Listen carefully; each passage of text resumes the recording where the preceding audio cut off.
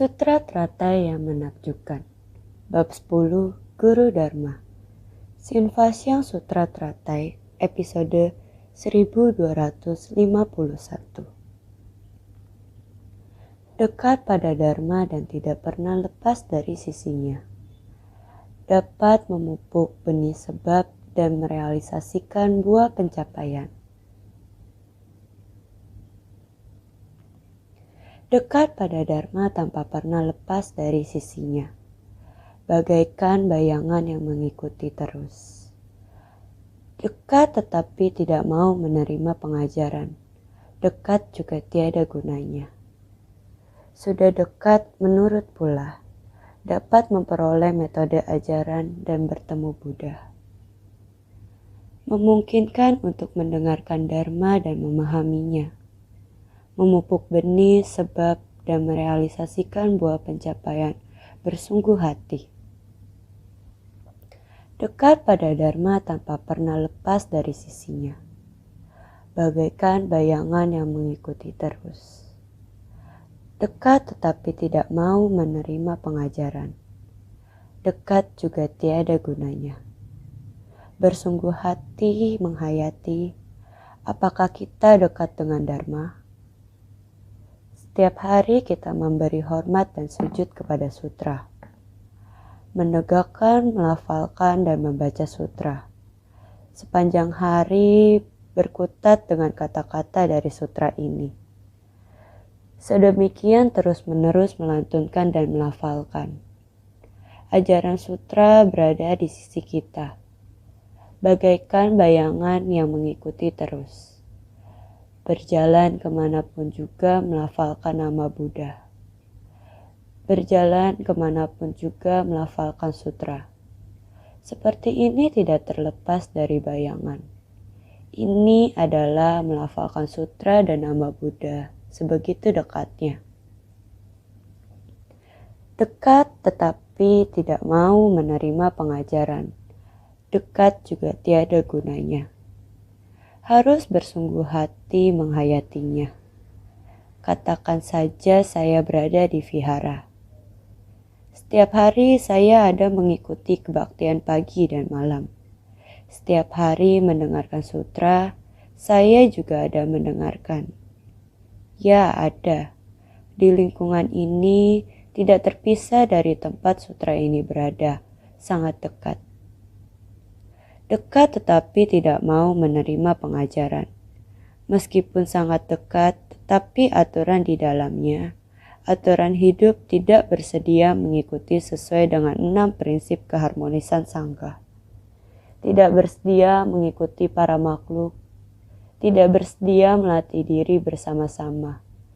Jika seperti demikian, dekat juga tiada gunanya. Hanya berada di dalamnya saja, namun tidak menerima ajaran ke dalam batin. Apa gunanya jika demikian? Sudah dekat menurut pula, dapat memperoleh metode ajaran. Barulah dapat bertemu dengan Sang Buddha. Kita mendekati Dharma di dalam lingkungan Dharma. Kita harus menurut pada orang banyak, menurut pada kehidupan. Kita harus taat pada aturan. Peraturan menerima prinsip dan dharma. Prinsip ini dijalankan seperti ini. Maka kita harus menjalankannya seperti ini. Dharma mengajarkan seperti demikian. Kita harus menerimanya seperti demikian. Jika demikian dekat dengan jalan ini, menapaki jalan ini, tekun dan bersemangat mengikuti arah jalan ini, dan berjalan mengikuti ajaran Dharma ini. Dengan demikian secara perlahan kita dapat dekat dengan Dharma. Perlahan-lahan prinsip kebenaran dari Dharma masuk ke dalam batin. Tubuh jasmani dan Dharma berpadu menjadi satu.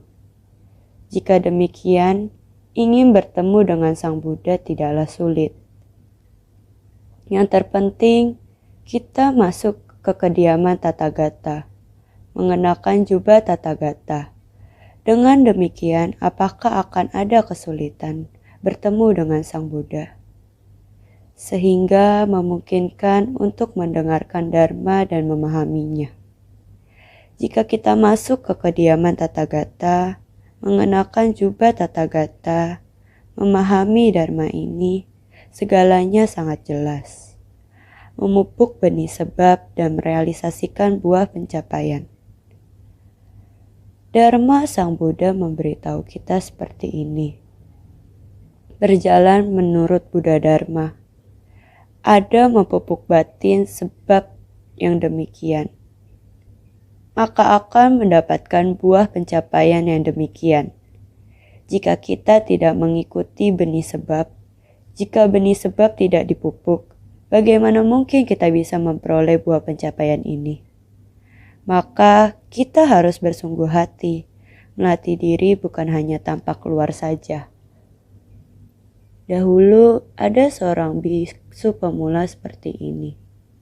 Dia berpikir ingin mengambil kitab suci, mempelajari jejak harum para pendahulu, pergi ke penjuru barat untuk mempelajari di penjuru barat. Yakini ajaran Buddha di India seperti apa. Dia pun memohon izin kepada gurunya, mengekspresikan kebulatan tekadnya untuk menuju ke barat untuk mengambil kitab suci. Gurunya pun setuju. Baiklah, kamu rencana akan berangkat kapan? Dia menjawab, saya rencananya mungkin sekitar seminggu lagi. 7 hari kemudian saya rasa sudah boleh memulai perjalanan. Berhubung kamu hendak ke barat mengambil kitab suci, mengapa masih harus tunggu seminggu lagi? Dia menjawab, dari sini sampai barat sangat jauh, entah harus jalan berapa jauh. Jadi saya harus meminta tukang sandal jerami untuk membantu saya menyiapkan beberapa sandal jerami. Saya menyiapkan beberapa pasang sandal jerami sebagai persiapan saat perjalanan ke sana. Jika sandal rusak, sudah ada penggantinya. Gurunya pun berkata padanya, oh, seperti ini harus tunggu 7 hari untuk memesannya. Lebih baik begini saja. Ada banyak umat yang sangat tulus hati. Mari, saya akan bantu kamu untuk menghimbau, untuk membuat para umat membangkitkan tekad, meminta orang berderma sandal untuk engkau. Jika demikian juga sangat baik. Terima kasih, Guru. Gurunya pun mulai mengumumkan bahwa ada orang yang bertekad untuk mengambil kitab suci ke barat, mengambil kitab suci, dan membutuhkan sandal jerami. Semua orang yang mendengar sangat senang, penuh semangat memberikan sandal jerami. Ada yang memberikan sepasang, ada juga yang memberi 2 pasang. Penuh semangat memberikan hingga sandal jerami bertumpuk di pojok ruangan. Demikian banyaknya, begitu banyaknya sudah cukup. Sudah cukup, jangan mengantarkan sandal lagi. Di hari itu ada seorang perumah tangga datang dengan membawa sebuah payung. Saya mendengar guru mengatakan, engkau hendak ke barat mengambil kitab suci. Sangat luar biasa ya. Saya merasa hujan dan terik matahari. Engkau sedang dalam perjalanan jauh, tidak akan nyaman. Saya membawa sebuah payung untuk berikan padamu. Juga dapat melindungi dari angin, juga bisa melindungi dari matahari. Terima kasih ya. Dia menerima payung itu. Sangat berterima kasih. Guru telah memikirkan dengan begitu teliti untuk saya.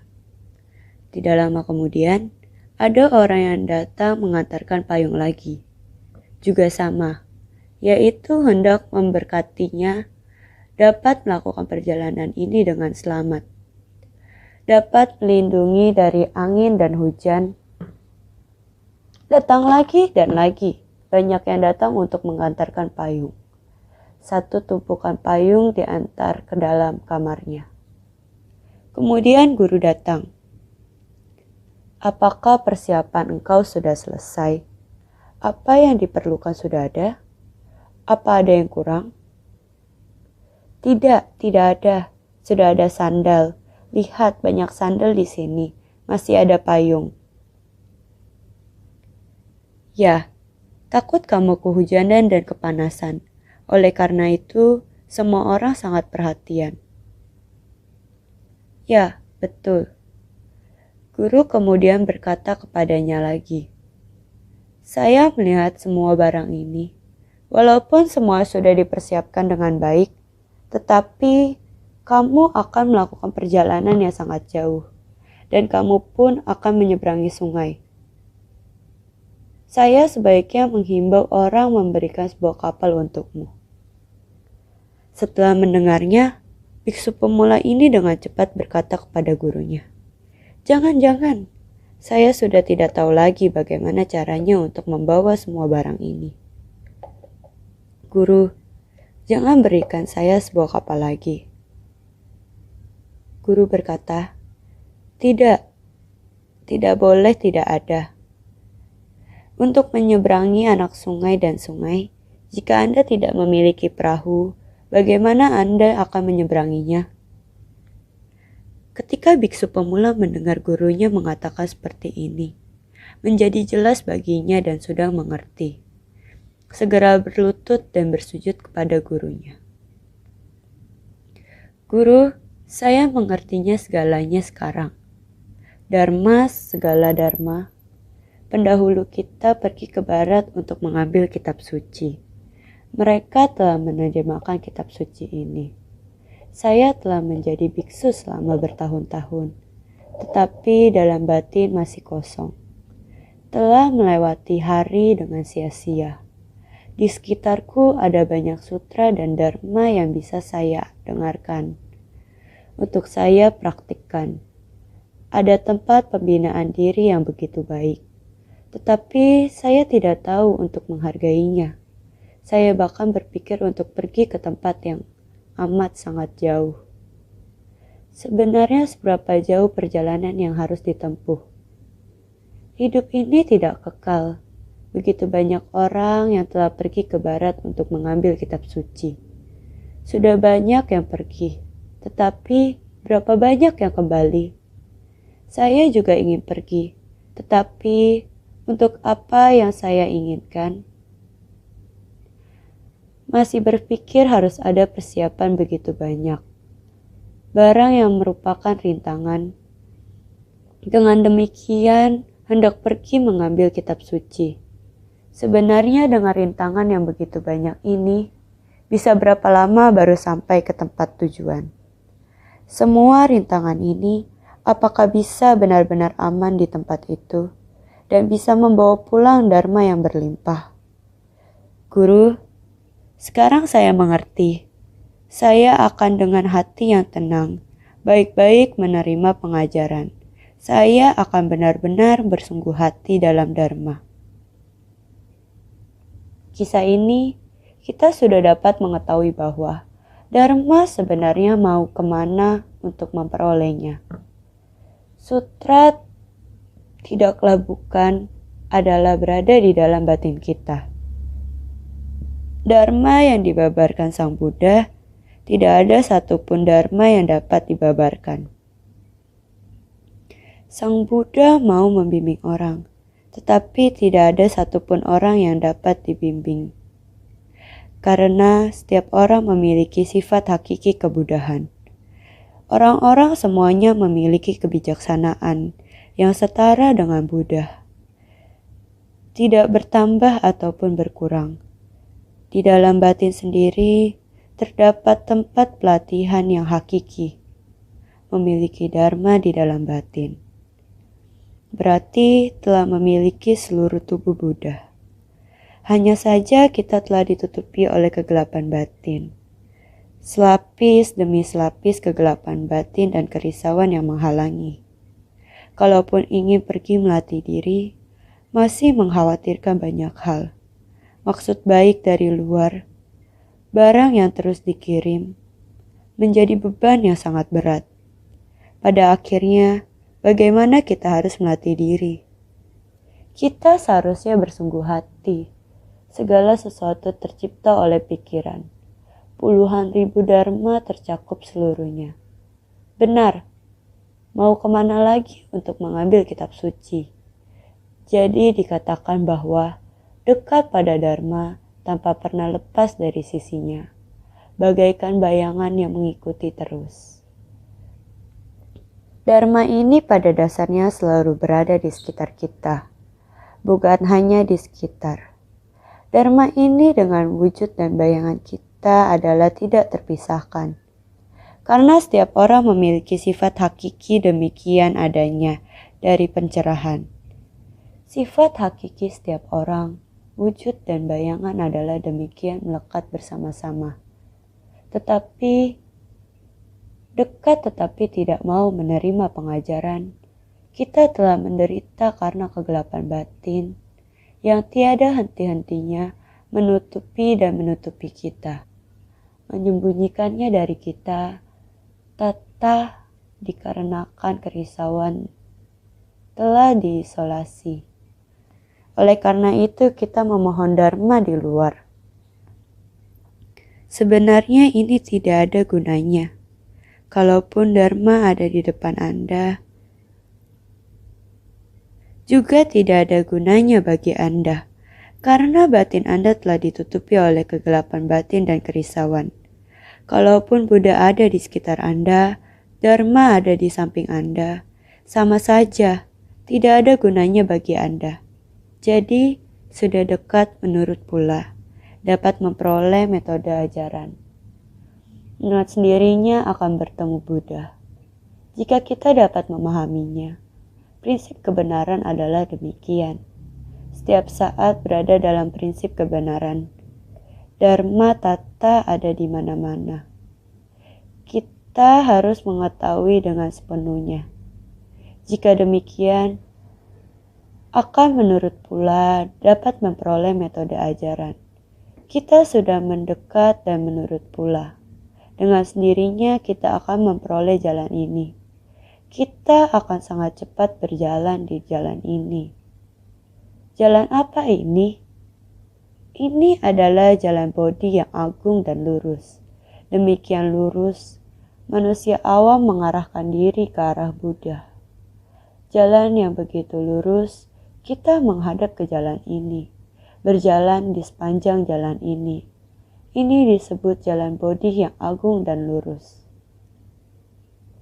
Sangat lurus, batin manusia awam sepadan dengan batin Buddha.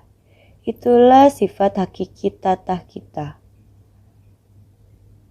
Menjadikan hati Buddha sebagai hati sendiri.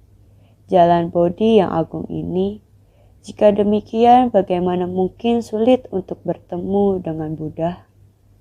Sehingga memungkinkan untuk mendengarkan dharma dan memahaminya. Jika kita sendiri juga demikian, juga memberi kesempatan kepada semua orang untuk mendengarkan dharma. Bisa mendengarkan dharma dengan hati yang tenang. Dengan hati yang tenang mendengarkan dharma dan memahaminya. Memupuk benih sebab, memupuk kebijaksanaan dan memupuk berkah. Berkah dan kebijaksanaan keduanya sempurna. Demikian dengan sendirinya akan merealisasikan buah pencapaian. Maha welas asih, lengkap dan sempurna. Maka telah memasuki kediaman Tathagata. Setiap saat harus berupaya keras menghadapi kebodohan dan kerisauan para makhluk di dunia. Kita harus mengenakan jubah kesabaran untuk menghadapi kerisauan dan kebodohan para makhluk yang tak terhitung jumlahnya. Bagaimana kita bisa membimbing para makhluk untuk tidak melakukan segala kejahatan dan mengamalkan segala kebajikan? Setelah menutupi diri dari segala dharma jahat, kemudian membimbing dengan dharma bajik. Ini adalah mengenakan jubah kesabaran. Dapat dengan kekosongan dari segala fenomena dharma sebagai tata, duduk dengan tenang di atas singgasana dharma dari kekosongan semua fenomena. Kita bisa membabarkan dharma sesuai dengan kapasitas para makhluk. Buddha adalah demikian. Kita seharusnya juga belajar demikian dengan Buddha. Ini adalah mempelajari ajaran Buddha, tidaklah sulit untuk mempelajari ajaran Buddha. Realitas sejati dari segala fenomena dharma adalah aktivitas batin, telah dipadamkan dengan segala kata, tidak memiliki peranan lagi. Artinya, kebenaran sejati yang paling akhir bukanlah sesuatu yang dapat disampaikan melalui kata-kata. Juga bukanlah sesuatu yang dapat dipikirkan atau dibayangkan oleh batin. Realitas sejati dari segala fenomena dharma adalah aktivitas batin telah dipadamkan dan segala kata tidak lagi memiliki peranan lagi. Jadi artinya ini adalah kebenaran sejati yang paling akhir. Ini adalah segala fenomena dharma. Segala fenomena dharma adalah kosong. Ini adalah realitas sejati. Karena pada dasarnya prinsip kebenaran itu tidak terlihat oleh kita. Realitas sejati dari segala fenomena dharma, aktivitas batin telah dipadamkan. Dharma yang terpikirkan oleh batin kita, lalu mulai mengatakannya. Dharma ini telah diucapkan. Sebenarnya jalan ini telah kita beritahukan kepada semua orang. Dan bagaimana menjalaninya? Jalan ini tidak lagi berada dalam batin kita. Dharma ini sudah kita ekspresikan keluar. Pikiran kita bukanlah setiap hari juga demikian. Niat dan pikiran kita setiap hari kebijaksanaan terus bertindak seperti demikian. Menghayati prinsip sejati dari segala sesuatu di antara langit dan bumi, serta alam semesta, yang mana berpadu dengan sifat tercerahkan dari tatah kita. Langit, bumi, dan alam semesta begitu besar. Batin Anda sanggup merangkulnya. Prinsip sejati dari segala sesuatu di antara langit dan bumi disimpan dalam kesadaran pikiran di dalam batin terdalam. Kita dapat menggunakannya kapan saja. Jika kita sudah menggunakannya, maka tidak lagi tersimpan dalam batin. Adalah seperti ini tanpa henti setiap saat dapat menggunakannya. Datang kapan saja, pergi kapan saja, dan kosong setiap saat. Ini adalah dharma. Prinsip kebenaran dari segala sesuatu di antara langit dan bumi. Kita dapat mempergunakannya dan tidak pernah habis. Maka aktivitas batin telah dipadamkan. Telah melewatinya, kaki depan melangkah, kaki belakang melepas. Kondisi jalan ini telah saya lalui, telah saya lihat. Sudah berada di belakang. Saya baru dapat melangkah maju, berjalan ke depan. Prinsip yang sama, aktivitas batin telah dipadamkan. Jalan ini telah saya lewati. Konsep jalan ini telah saya pahami. Saya masih harus melangkah maju ke depan. Maka aktivitas batin telah dipadamkan. Sama. Prinsip kebenaran yang saya babarkan sekarang telah dibabarkan sebelumnya. Segala kata tidak memiliki peranan lagi. Telah membabarkan begitu banyak prinsip kebenaran. Setelah dibabarkan, semua orang memanfaatkannya. Anda mau menggunakan prinsip kebenaran yang manapun tidak ada hubungannya dengan saya. Semua orang memanfaatkannya, tidak ada hubungannya dengan saya. Maka segala kata tidak memiliki peranan lagi. Jika semua ini saya timbul dalam hati, bukankah seperti menimbun sandal jerami? Apakah tidak seperti menimbun payung? Sudah tidak ada, sudah kosong. Maka segala kata tidak memiliki peranan lagi. Kebenaran sejati yang paling akhir bukanlah sesuatu yang dapat dicapai melalui kata-kata ini. Prinsip kebenaran yang sesungguhnya adalah harus dialami, dibabarkan keluar terhadap kebijaksanaan, kesadaran pikiran kita. Kesadaran ke-7, kesadaran ke-8, kesadaran ke-9 kita. Dharma, perbendaharaan dharma yang murni di dalam kesadaran ke-9. Sifat hakiki yang murni dan tidak ternoda adalah demikian adanya. Seperti mata air memancar. Dharma yang sangat banyak tidak dapat diceritakan sampai akhir. Jalan yang tidak habis. Jadi kebenaran sejati paling akhir. Bukanlah sesuatu yang dapat disampaikan melalui kata-kata. Dharma hendaknya menggambarkan dharma ini. Anda mengerti segalanya. Dharma bisa selalu berubah-ubah, sesuai dengan kemampuan orang untuk menghayatinya. Dengan kondisi lingkungan yang berbeda. Sebuah kalimat dharma pada kondisi lingkungan yang berbeda. Tempat yang berbeda, perasaan dan penghayatan kamu semuanya berbeda. Jadi dengan dharma yang sama, aktivitas batin telah dipadamkan. Orang yang berbeda, penerimaan yang berbeda, kondisi lingkungan yang berbeda, penghayatan yang berbeda. Ini semuanya sama. Ini tidak dapat disampaikan kepadamu melalui kata-kata. Seperti inilah, seperti inilah. Prinsip kebenaran pada dasarnya adalah tanpa wujud dan tanpa jejak. Jika Anda dapat menyerapnya, dharma ini digunakan, satu kata dapat digunakan untuk segala fenomena. Segala fenomena ini bukan dengan satu kata, satu kalimat dapat dijelaskan sampai selesai.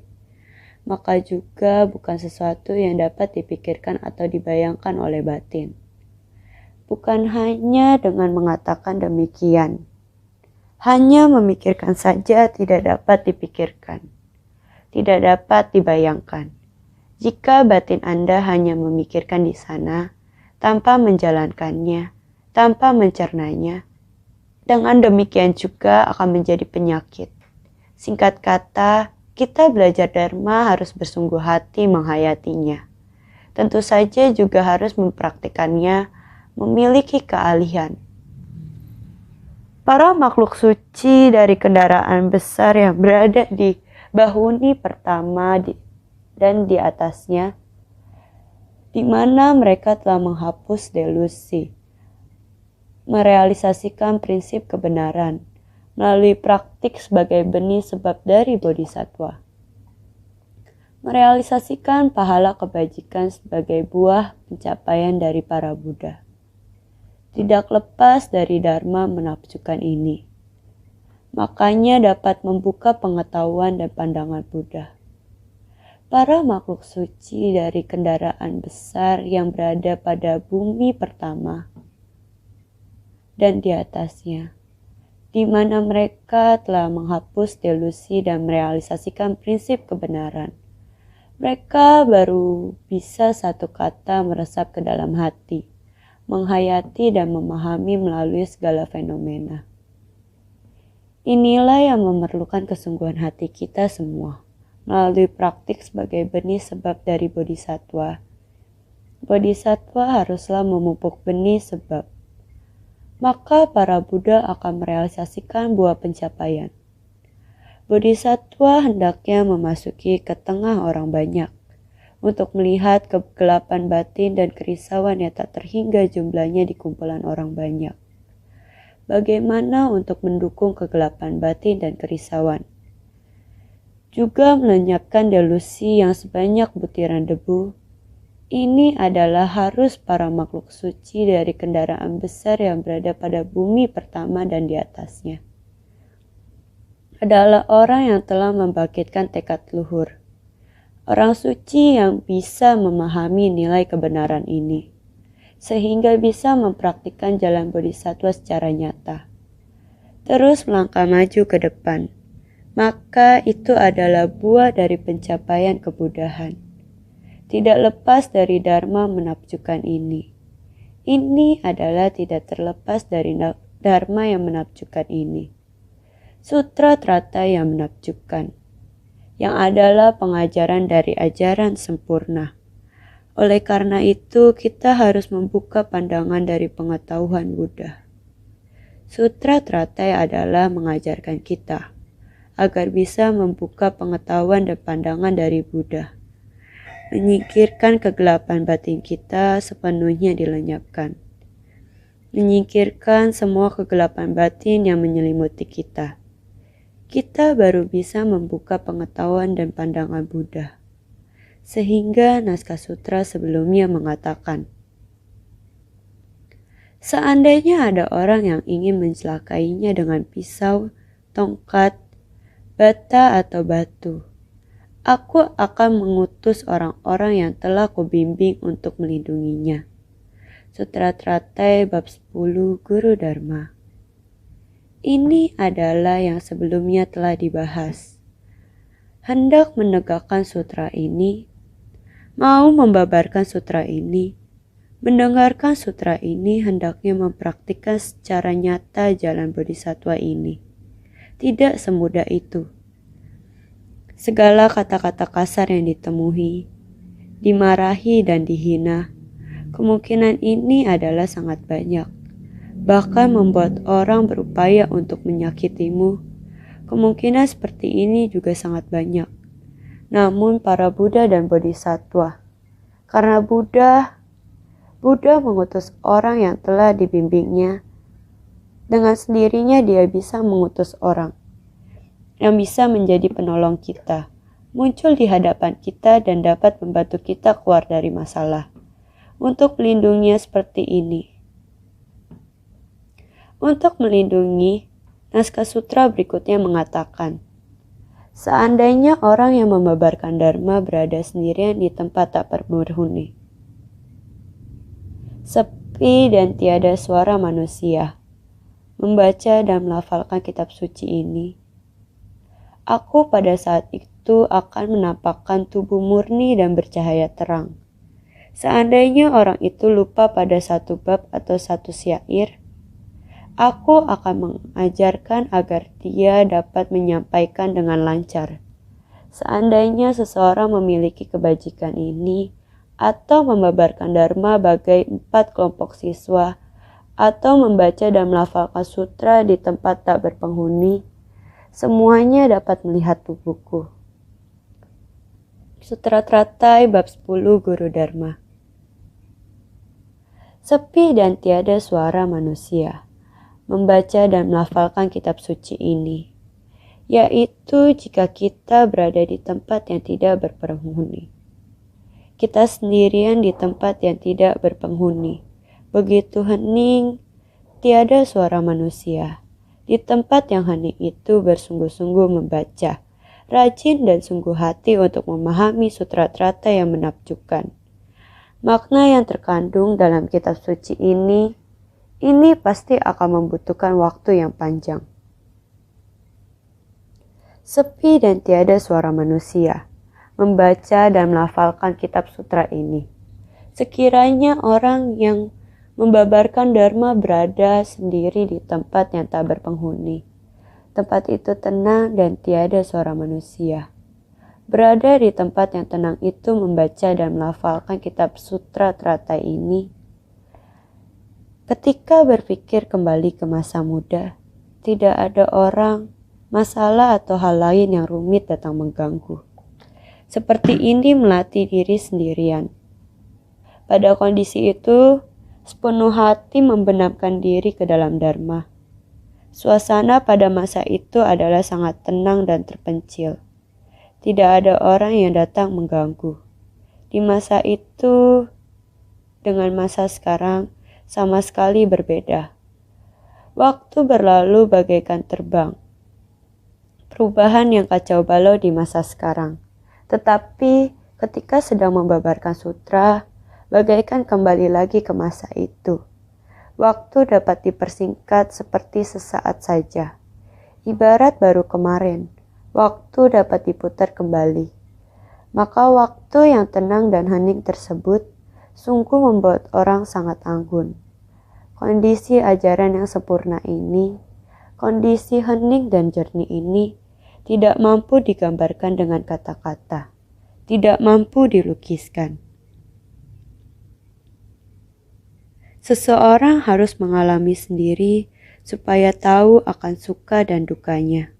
Maka sekiranya orang yang membabarkan dharma berada sendiri di tempat yang tak berpenghuni, tempat itu tenang dan tiada suara manusia. Tidak ada suara manusia, sangat hening. Berada di tempat yang tenang itu membaca dan melafalkan kitab sutra teratai ini. Aku pada saat itu akan menampakkan tubuh murni dan bercahaya terang. Pada tempat sepi ini, tiada suara mengganggu dari manusia, masalah dan benda, dengan tubuh dan batin murni membaca dan melafalkan, menerima dan menegakkan kitab, sutra yang menakjubkan bagaikan melihat tubuh bercahaya dari kebijaksanaan Buddha. Betul.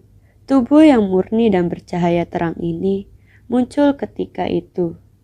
Benar-benar tidak bisa dijelaskan dengan kata-kata. Oleh karena itu kehabisan kata-kata. Aktivitas batin telah dipadamkan ini sungguh-sungguh tidak dapat dijelaskan. Tetapi dharma tetaplah ada. Kondisi batin dan kesederhanaan itu masih ada. Pada tempat sepi ini, tiada suara mengganggu dari manusia, masalah dan benda. Kondisi itu dengan tubuh dan batin murni, membaca, melafalkan, menerima dan menegakkan sutra teratai yang menakjubkan. Kitab sutra teratai ini sungguh bagaikan memasuki kondisi seperti ini. Bagaikan melihat tubuh Buddha, bagaikan melihat tubuh bercahaya terang dari kebijaksanaan Buddha. Tubuh ini sungguh tidak mampu dijelaskan. Oleh karenanya dikatakan, bagai melihat tubuh bercahaya terang dari kebijaksanaan Buddha. Kondisi ini prinsip kebenaran semua tercakup dalam kesadaran yang murni itu. Oleh karena itu, bercahaya terang adalah tubuh kebijaksanaan. Cahaya terang ini murni, hening dan jernih. Cahaya terang ini sangat hangat dan tenang. Ini adalah kebijaksanaan atau prajna. Bercahaya terang adalah tubuh kebijaksanaan. Dengan membina sifat dan melenyapkan delusi sebanyak butiran debu, dikombinasikan dengan sifat menakjubkan dari tata, dapat menampakkan wujud di mana-mana. Itulah tubuh transformasi atau nirmanakaya. Dikarenakan membaca dan melafalkan dengan tenang dapat melihat tubuh dharma dari 3 kebajikan. Tubuh dharma dari 3 kebajikan. Kebajikan dari dharmakaya, kebajikan dari prajna, kebajikan dari pembebasan. Tubuh dan hati kita adalah demikian. Jadi, dengan membina sifat dan melenyapkan delusi sebanyak butiran debu, membina sifat kita dan melenyapkan dan memadamkan delusi kita yang sebanyak butiran debu, belum lagi kerisauan dan ketidaktahuan. Delusi sebanyak butiran debu dalam proses pembinaan diri kita kembali kepada sifat hakiki. Maka itu adalah telah melenyapkan dan memadamkan ketidaktahuan ini dan delusi sebanyak butiran debu. Tentu saja ketidaktahuan telah sepenuhnya dilenyapkan.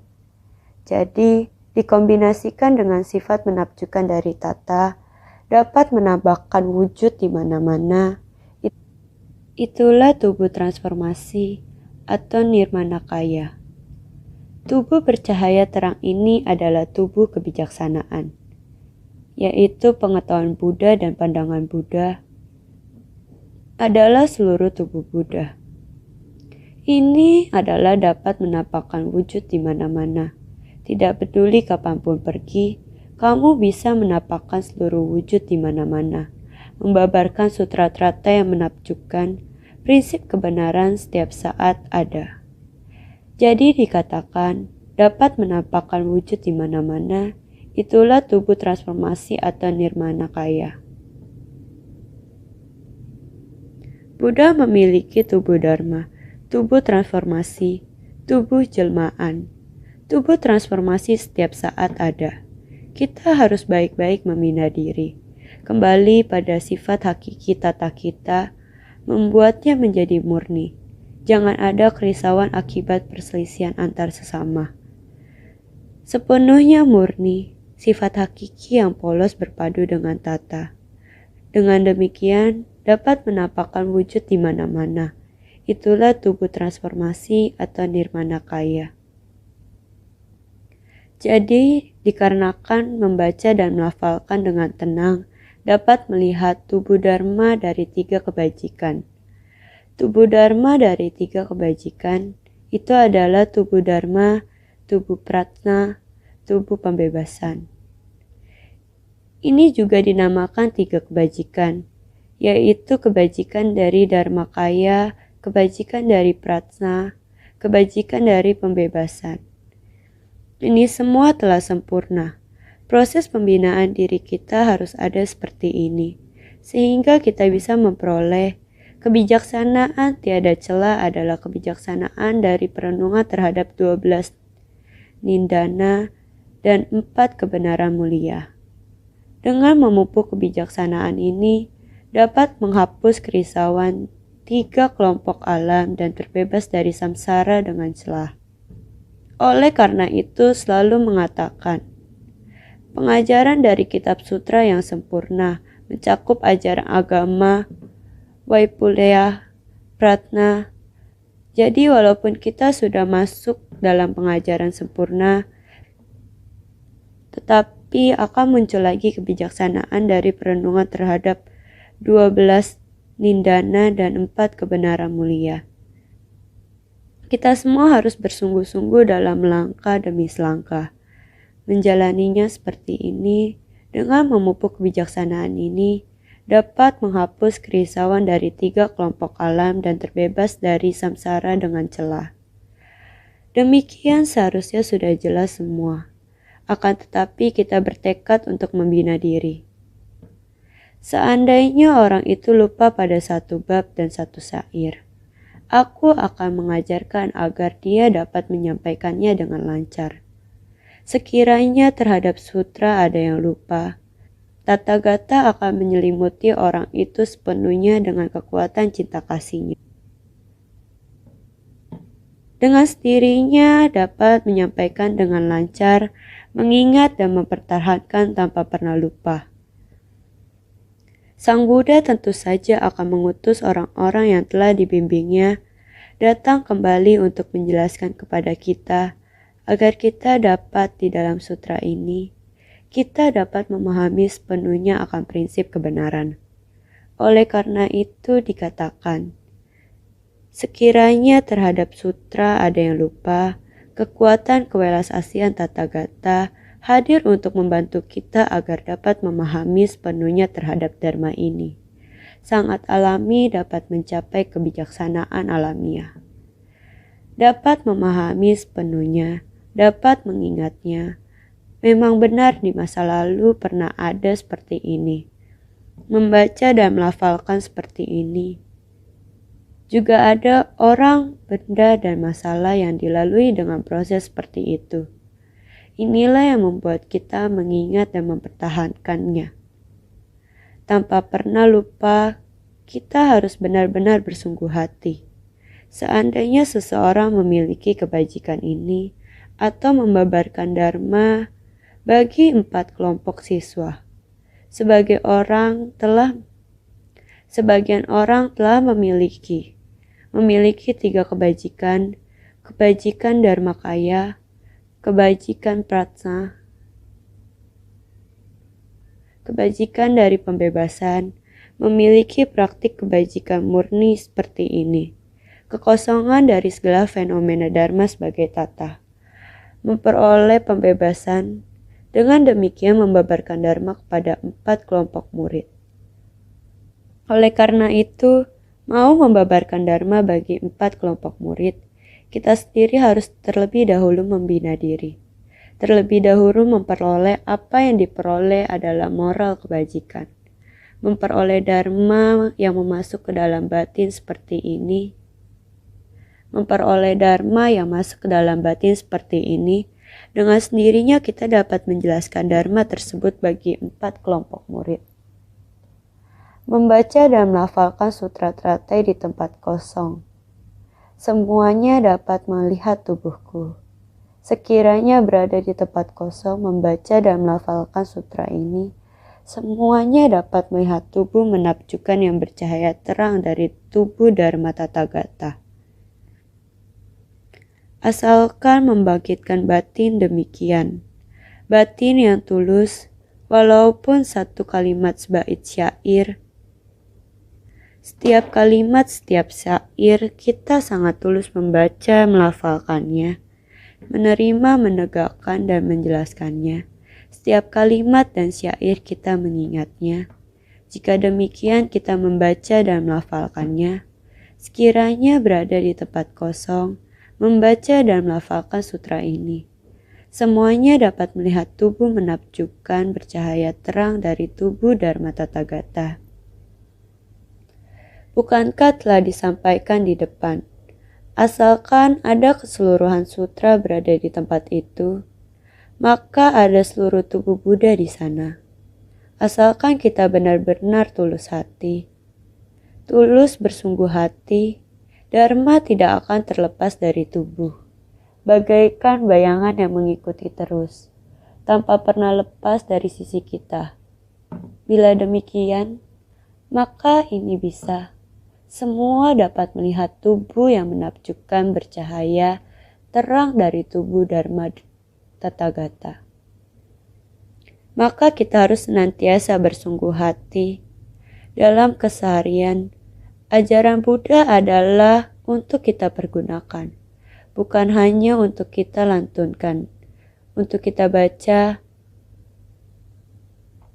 Kamu hanya melantunkan, membaca, telah dikatakan sebelumnya, dekat pada Dharma tanpa pernah lepas dari sisinya. Hanya melantunkan, membaca, membabarkan, dan mendengarkan. Hanya demikian, walaupun bayangan juga ada demikian, tetapi dekat tidak mau menerima pengajaran. Dalam Dharma ini tidak menerima pengajaran. Dekat juga tiada gunanya. Bukankah tadi dikatakan demikian? Kita harus benar-benar bersungguh hati. Kita harus meyakini Dharma sebenarnya sangat dekat dengan kita. Sebenarnya tidak berpisah dengan kita. Dari kalpas banyak butiran debu adalah demikian. Dari sifat hakiki tata sebenarnya tidak ada meninggalkan. Dari kehidupan ke kehidupan bagaikan bayangan yang mengikuti terus. Tidak peduli kamu sampai di alam atau 6 alam kehidupan yang mana. Sifat hakiki tata juga masih mengikuti wujud tubuhmu. Kita bisa mengatakan ada jalinan jodoh ini, sebab berpadu dengan kondisi. Benar-benar bertemu dengan zaman Buddha, mendengar Dharma Buddha, walaupun Buddha 2500 tahun memasuki parinirvana. Tetapi sampai sekarang masih mengandalkan Buddha sebagai guru. Buddha Sakyamuni adalah ayah pengasih dari semua makhluk. Adalah guru pembimbing dari 3 kelompok alam. Juga merupakan guru dan ayah kita sekarang. Dharmanya ada di sekeliling kita. Sifat hakiki tata kita yang sebenarnya. Sangat bersukacita bertemu dengan Dharma Buddha.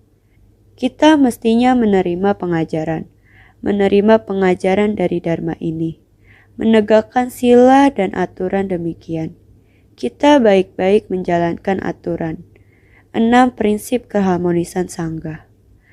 Menuruti orang banyak dalam membina diri, masuk ke tengah orang banyak membimbing para makhluk. Dengan demikian Dharma ini Sudah dekat menurut pula dapat memperoleh metode ajaran. Demikian akan cepat bertemu Buddha. Karena jalan Bodhi yang agung dan lurus, walaupun kita sekarang manusia awam, yang kita hadapi adalah tingkat Buddha. Sehingga asalkan jalan ini lurus, mulai melangkah dengan tekun, dengan langkah mantap maju ke depan, dengan sendirinya kita mendengarkan Dharma dan memahaminya, memupuk benih sebab dan merealisasikan buah pencapaian. Ini tidak sulit. Asalkan kita ada niat, sangat tulus, dengan tulus bersedia, sekeliling semua adalah tempat di mana Tathagata berada. Asalkan kita semua yang membina diri bisa senantiasa lebih bersungguh hati.